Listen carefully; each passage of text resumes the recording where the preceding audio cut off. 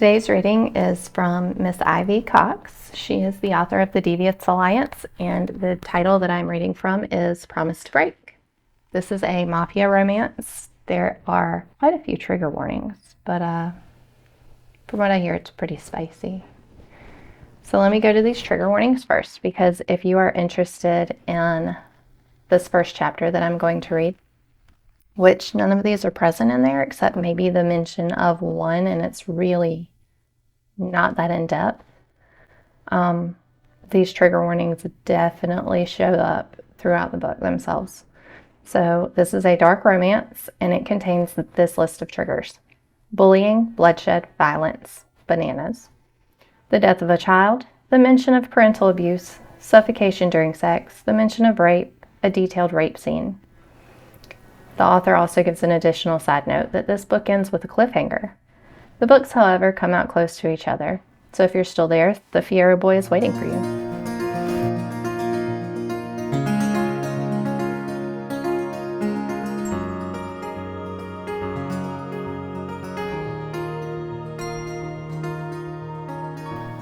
Chapter 1, Maricela.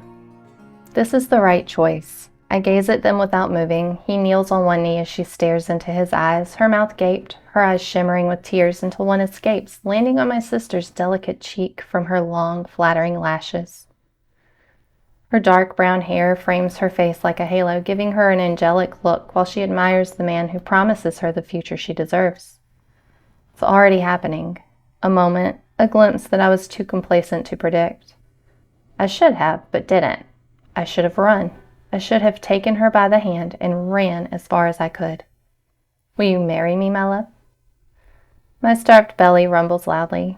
I didn't eat all the food Serena prepared, trying to keep some of it for later. If I knew this was coming, I would have eaten my fill. The rumble could have damaged this moment for my sister if he hadn't chosen the cheesiest song of all, too. She nods as Bruno Mars sings with his too bright, too chirpy voice, "I think I want to marry you." Deep down, I knew. I knew it was headed this way from the first minute my sister screamed in horror because of a mouse she saw in the street near a garbage pile. I had laughed loudly as the man who now awaits Serena's answer, the one who could change everything, came to us like a dark night right out of the television show Heroes and made the poor creature run for its life. My hands move on their own accord as they lift the cell phone the man in question gave me for my birthday 3 weeks ago. I take as many pictures of this moment as I can. The snapping sounds the only thing I hear as Bruno's voice fades into nothingness, as do the words and promises that Serena's dark night utters to her. I stand here as if in a parallel universe and not in a creepy apartment with mold on the walls, an apartment that costs far more than it's worth. The walls are old and blotchy, the windows stained with oily smears I can't get clean, no matter how hard I scrub. The living room is connected to the kitchen, which, by the gray on the walls, looks like a box of used cigarettes, and the little hallway I now stand in is the pathway to the shower and toilet. This is the right choice. My sister's hands are on her mouth as the handsome man in front of her, a man who looks like one of the princes from the fairy tales my mother kept on a shelf, and a man who is anything but, stares into her eyes with adoration. Santino Fierro is an overall handsome man. His face is not too rough to look at. His eyes are big and round, the color of the land after a good rain. The brown hue familiar, as if you're looking at an old friend without ever having met him. His hair is the shade of dirt, washed by the sun, and more often than not, looks as if he's been running his hands through it all day long. Though I've never seen him touch his scalp in all the months I've known him. He's tall and slender, his every movement elegant, showing his rich status. The ring he takes out of his too expensive deep blue suit pocket shines even from my place in the hallway. I can't see the shape of it from where I stand, but it glows almost as bright as Serena's eyes. "I will protect you with my life. You and your sister will live like the queens you always should have been," Santino promises, still kneeling like he isn't one of the strongest men in the country.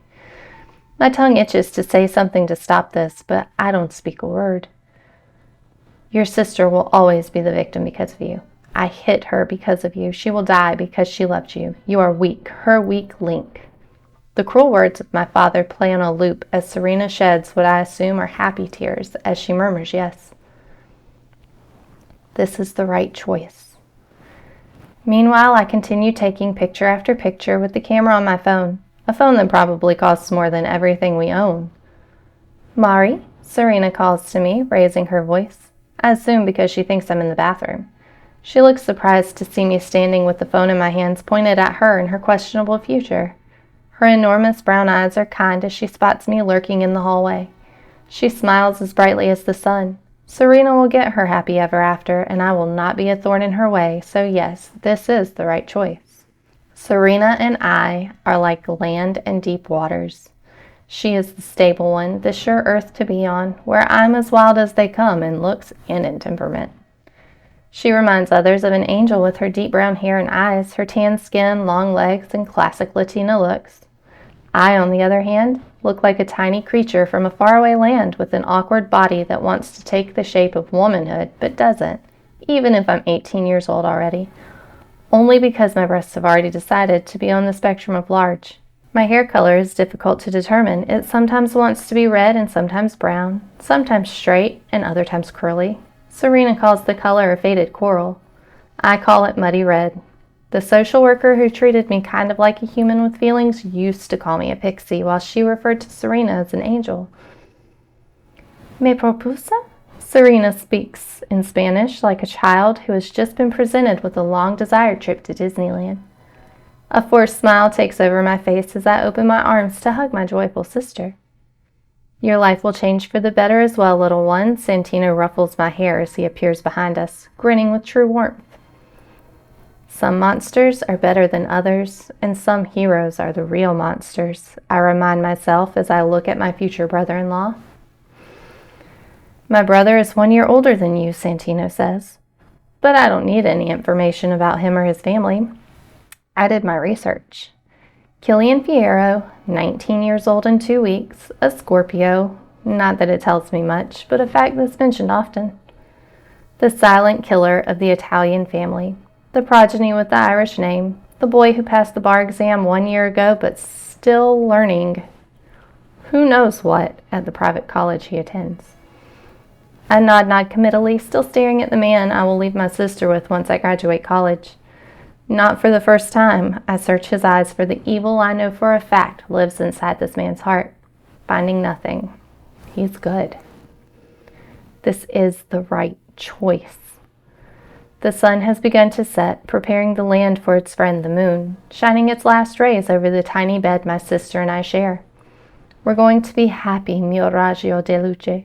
Santino has called her his ray of sunshine since the day they met. He told Serena she was too bright for him, but he had to come closer to keep her safe. Yes, he has the riz. You will be my eternal sun. I will protect you like I am your moon. Serena isn't like Mama. Serena will be happy. She'll have the best health care, and she'll likely have many kids with her beloved, as she calls him. Yeah, they are cheesy. I close my eyes for a fleeting moment, letting my inner darkness consume me, as the future husband of my sister kisses her like I'm not in the room. My fingers keep touching the phone. Snap, a kiss. Snap, a smile. Snap, a stroke of his hand on her hair. Snap, snap, snap. Mari, ¿qué piensas?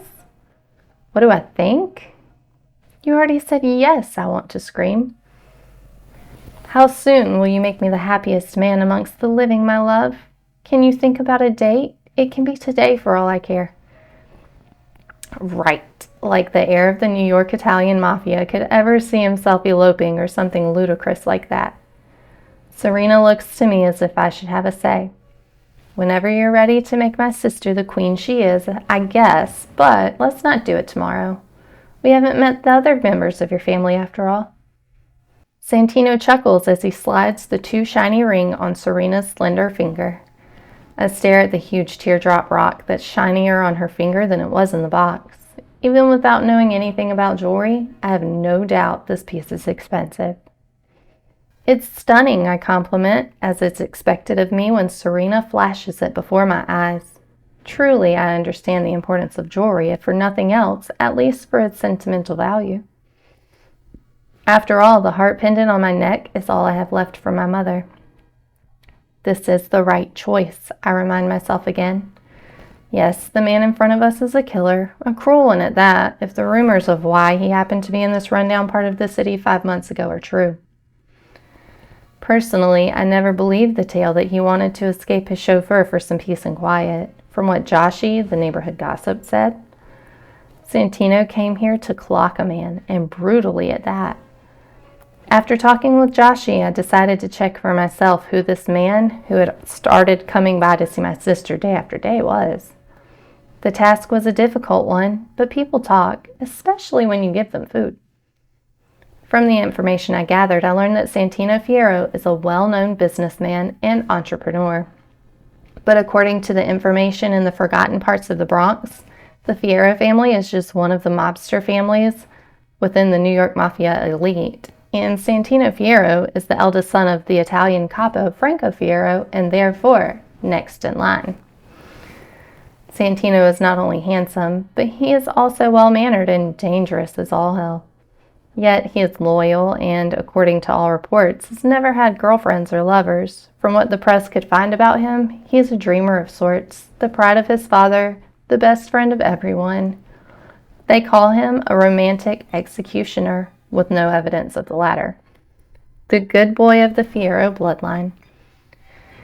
2 weeks then. I don't want to wait, Serena exclaims, clapping her hands together as she stops to look at the rock that sealed her fate. Both of our fates, because my sister isn't one to leave me behind. She's too good of a person. Even when I took from her, and I did from my very first breath. I was so big of a burden that my mother didn't survive while giving me life. I was the reason my father abused Serena each time she tried to protect me. And still, after he died from too much alcohol, my sister did everything possible to take me out of the system and become my guardian. Even now, when she's finally found her happy ever after with a monster who treats her like a queen, she looks at me, waiting for my approval. It'll be the wedding of the year, I tell her, my voice just as forced as my smile, all my surprisingly white teeth gleaming at the happy couple as they laugh, hug, and kiss. This is the right choice, I tell myself yet again. Once again, that was the reading of Chapter 1 from the Deviant Alliance, the first book in the series, Promise to Break, by Miss Ivy Cox. She is an amazing author and has become a really good friend on Book Talk of mine, so check her out there if you haven't already.